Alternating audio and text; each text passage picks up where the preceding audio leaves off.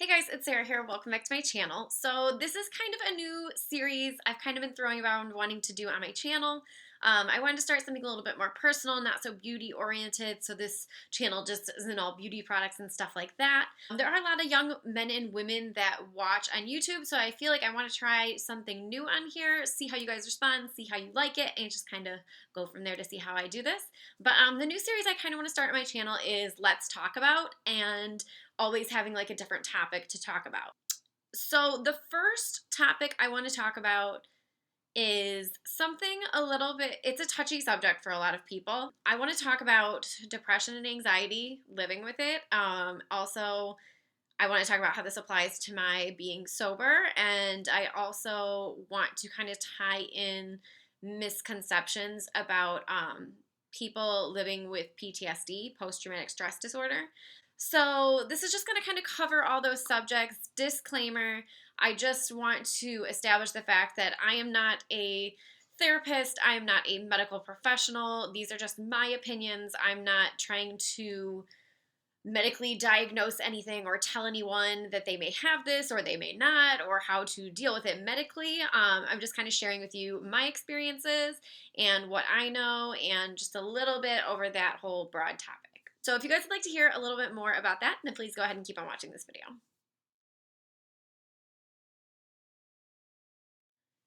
So myself personally, I never really thought I had depression or anxiety. It took me getting sober, stopping drinking. If you followed my sober story at all, you'll know I did not have the easiest road to sobriety. It was harder for me emotionally and mentally more than I ever imagined it would be. And I know a lot of people have depression or anxiety that are triggered by a lot of things. Mine in particular, got a lot worse once I stopped drinking. I mean, I could probably pinpoint on my hands the several times throughout my life I would classify myself as actually being depressed. Um, I can literally pinpoint it out to you because there's times I get in a funk, there's times I get anxious, and I'm able to pull myself out of it pretty easily. But when there's times that I literally could not get out of it and I notice that, like, I actually start to scare myself. But I can literally pinpoint the times in my life that that has happened. The first time I ever felt that was when I was in 8th grade. It was my first year in public school. I had come from a private school, and I had some not so great experiences.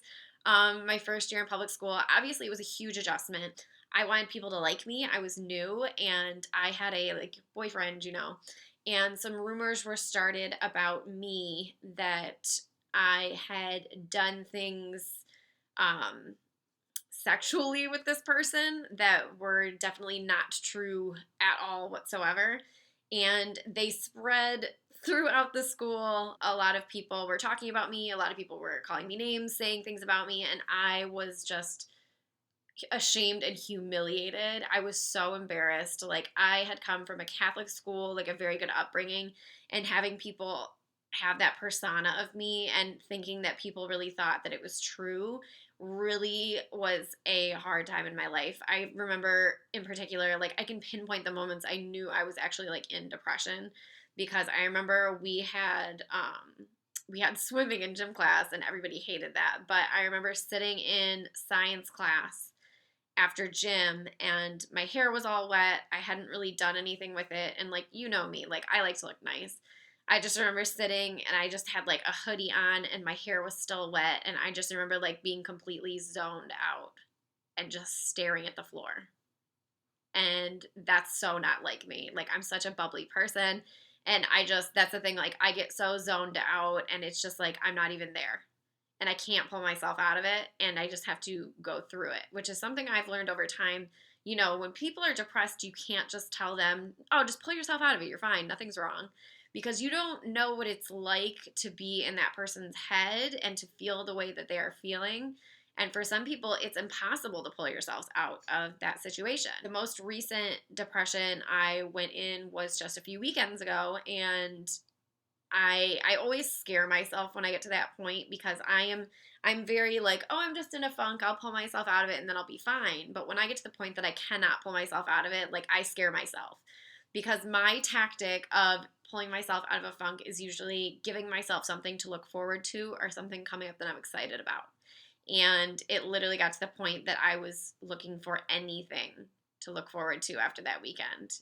And I couldn't even piece anything together in my head to look forward to, which makes you feel very helpless and very hopeless. And I'm not trying to say that I had any like suicidal thoughts or anything like that, but I knew I was going to have a bad few days when I got into that mind frame. And I knew once I got past it, it would be fine. But when I get in that mind frame, like, I don't want to go anywhere. I don't want to see anyone.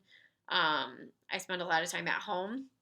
I pretty much retreat and pull away. And I find myself, like, telltale sign for when I am depressed is I just kind of zone out. I don't want to do anything. And I find myself looking at the clock, wishing it was later so that I could just go to sleep. Which, if you know me, that is not like me at all. I'm the most positive, upbeat person. But when you get in that mind frame, when you have depression or anxiety, you feel so helpless. And it's scary sometimes because I don't like feeling that way. I don't like myself like that. And it scares me a little bit. So when I get in that sort of mind frame, it is scary. I don't like it. It's uncomfortable. And I know that I have to work through it. There's no way to just push it aside. And I think working through it also does help you become stronger as a person. It can be really difficult, and I'm sure anyone that has lived with this can tell you that it can be really difficult sometimes to get others to understand what you're feeling through because they don't know what you're feeling. They don't know what's in your head. And sometimes it's hard for them to kind of fathom or understand how you're feeling and be sympathetic or like respectful or like compassionate towards it because they don't get it. So I try to not ever like hold that against someone if they aren't sympathetic to how I'm feeling, because you really don't understand unless you're in it.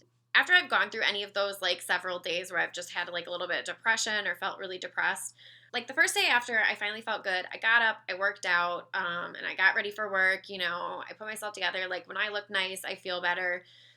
So I did all that and I felt much better that day, but like I kind of still, like, you are mentally exhausted and drained. So I literally was going to work and I was thinking, like, I hadn't done anything really all weekend, but going to work that day, I was like, you know what? I need to go home. I'm going to make myself a nice dinner. I'm going to take care of myself physically and emotionally. Like, you know, I worked out this morning. I'm going to eat a good dinner. I'm going to kind of sit down and relax and do something that I enjoy just because because you feel so mentally and emotionally drained after you go through like a depression episode, I feel like, that you kind of have to kind of coddle yourself and kind of nurse yourself back to a normal state of mind again, just to be healthy, because you do have to acknowledge that it's happening. You cannot just brush it under a rug and not deal with depression and anxiety. Like, you have to acknowledge it's happening. And if you kind of work to understand it a little bit more, I find it's easier to work through it. When I feel these episodes kind of coming on, I kind of tell myself, okay, like something is going on. You're going to have a bad few days. Maybe a day, it may be two, it may be three. It just kind of depends. But I've kind of gotten myself in the mind frame now, like, all right, this is going to be a rough few days. We're going to relax. We're going to recharge. We're just going to kind of be alone, do a lot of thinking, work through a lot of things mentally, process what's going on, what's triggered it, what's making you have these feelings. And on the outside of it, I think it does kind of help to strengthen you as a person, because once you understand, you won't let these depressive episodes or anxiety attacks like bring you down. You'll just kind of comprehend that something is triggered with it. You're going to deal with it. You're going to work through it. And once you understand it, you can handle it in a much healthier way. I know this time of year is a really rough time of year for a lot of people that suffer with depression and anxiety. It's winter, it's the holidays, you're seeing a lot of people happy. The sun isn't out. If you live like me in Michigan, it's snow, it's cold, it's not nice, it gets dark very early. So this is a rough time of year for a lot of people, and I feel like a lot of people's anxiety and depression does get triggered by the seasons. I do believe seasonal depression is real. Maybe if we all lived in Florida in the sun, it wouldn't be that way, but unfortunately, it's not like that. Moving on to the PTSD topic I wanted to bring up. First of all, I want to say I'm not referring to post-traumatic stress disorder as far as like I've dated people that were in the military. I have exes that did suffer from PTSD, and I will say it is very real and it is very scary.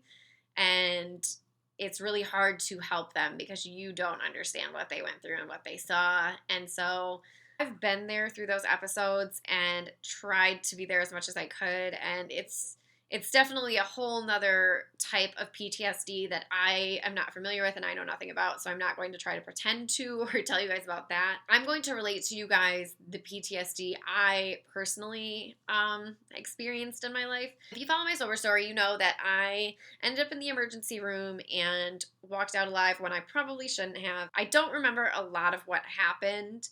And it was very crazy because when I started going through my first year sober and I was having a really hard time emotionally, I was having nightmares and I would hear things that would like trigger memories and I didn't understand it.